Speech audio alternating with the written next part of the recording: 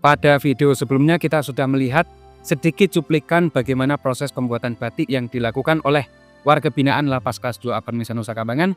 Dan di video kali ini kita akan melihat jenis-jenis batik hasil dari proses yang kemarin kita tampilkan itu. Dan saya sekarang sudah berada di Galeri Wijaya Kusuma Lapas Kelas 2 Permisan, di mana di tempat ini hasil karya warga binaan Lapas Permisan ditampilkan, dipamerkan. Langsung saja kita masuk. Kenapa teman-teman penting untuk mengetahui jenis-jenis batik, khususnya batik di Lapas Permisan ini? Karena jenis-jenis batik tersebut bisa dibedakan berdasarkan proses pembuatannya, tingkat kompleksitasnya. Kemudian harganya pun berbeda, motifnya pun berbeda. Nah, nanti kita di video selanjutnya mungkin akan ditampilkan bagaimana proses pembuatan batik dari awal sampai finishing berdasarkan perbedaan jenis-jenis batik tersebut. Tapi di video kali ini kita hanya fokus untuk mengetahui jenis-jenis batik hasilnya saja. Yang pertama, batik cap sederhana. Mungkin kamera bisa agak geser ke sini. Ini batik cap sederhana.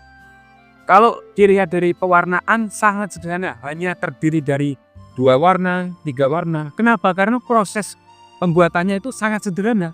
Tingkat kerumitannya itu nggak terlalu rumit. Karena proses pembuatannya yang relatif sederhana, maka harganya pun dibandingkan jenis batik lainnya lebih rendah. Untuk batik ini dibanderol dengan harga 175.000 sampai 300.000. Tergantung jenis kainnya juga yang menentukan.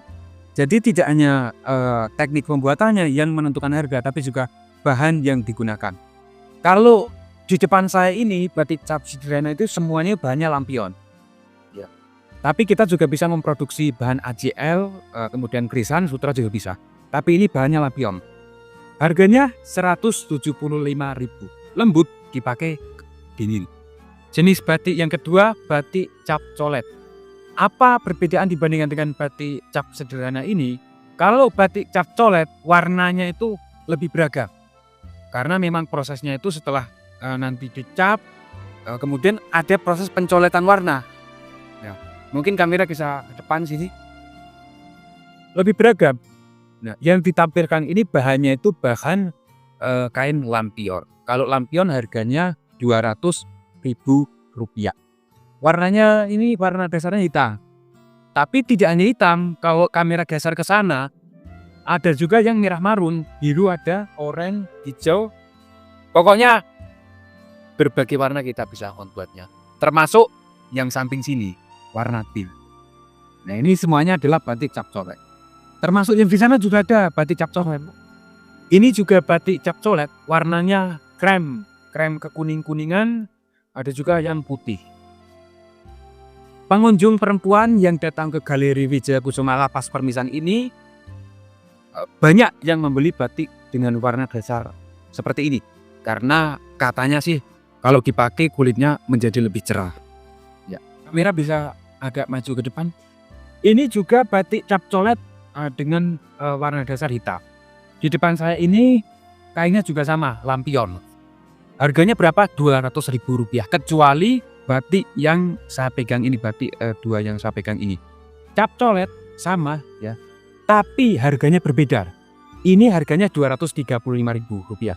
Kenapa harganya berbeda? Ya karena bahannya berbeda, bukan lampion tapi dopi.